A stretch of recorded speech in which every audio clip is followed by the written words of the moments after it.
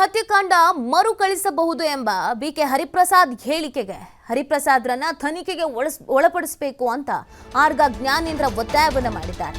BK Hariprasad ಅವರು ಬಹಳ ಪ್ರಮುಖರು, ಬೇರೆ ಬೇರೆ ಹುದ್ದೆಯಲ್ಲಿ ಇದ್ದವರು.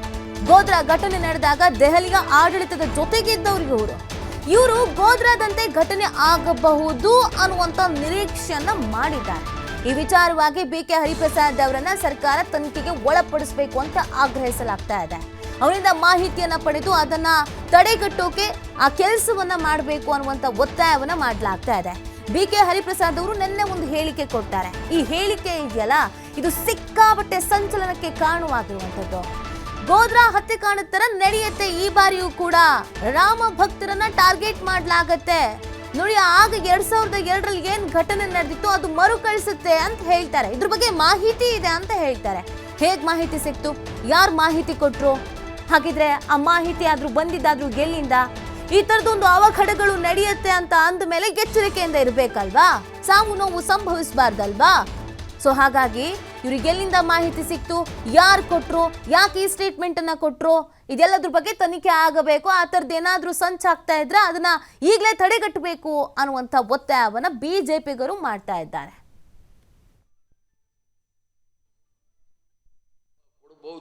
ಕೆಲವು ಸಂಘಟನೆಗಳ ಪ್ರಮುಖರು ಕೆಲವು ರಾಜ್ಯಗಳಲ್ಲಿ ಹೋಗಿ ಭಾರತೀಯ ಜನತಾ ಪಾರ್ಟಿಯವರಿಗೆ ಏನು ಪ್ರೇರೇಪಣೆ ಮಾಡಿದ್ದಾರೆ, ಪ್ರಚೋದನೆ ಮಾಡಿದ್ದಾರೆ ಅಂತ ಹೇಳ್ಬೋದು.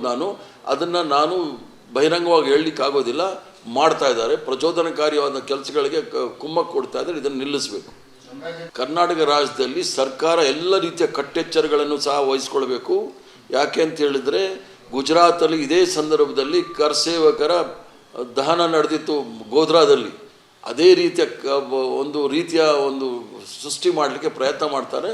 ಕರ್ನಾಟಕ ರಾಜ್ಯದಲ್ಲಿ ಯಾವುದೇ ರೀತಿಯ ಅಹಿತಕರವಾದ ಘಟನೆ ಇನ್ಫಾರ್ಮೇಷನ್ ತಗೊಳ್ಬೇಕು, ಅದನ್ನು ತಡೆಗಟ್ಟುವಂಥ ಪ್ರಯತ್ನ ಮಾಡಬೇಕು. ಗೋಧ್ರಾದಲ್ಲಿ ಆಗಿದ್ದೇನೆ. ರಾಮ ಕರಸೇವಕರ ವಾಪಸ್ ಬರುವಾಗ ಟ್ರೈನಿಗೆ ಬಿಕೆ ಹರಿಪ್ರಸಾದ್ ಅವರ ಹೇಳಿಕೆಯನ್ನು ನಾನು ಮೀಡಿಯಾದಲ್ಲಿ ನೋಡಿದ್ದೇನೆ. ಗಾಬರಿ ಆಗುವಂಥ ವಿಷಯ ಏನು ಅಂದರೆ, ಬಿಕೆ ಹರಿಪ್ರಸಾದ್ ಅಂತ ಬಹಳ ಪ್ರಮುಖರು, ಬೇರೆ ಬೇರೆ ಹುದ್ದೆಯಲ್ಲಿದ್ದಂಥವರು.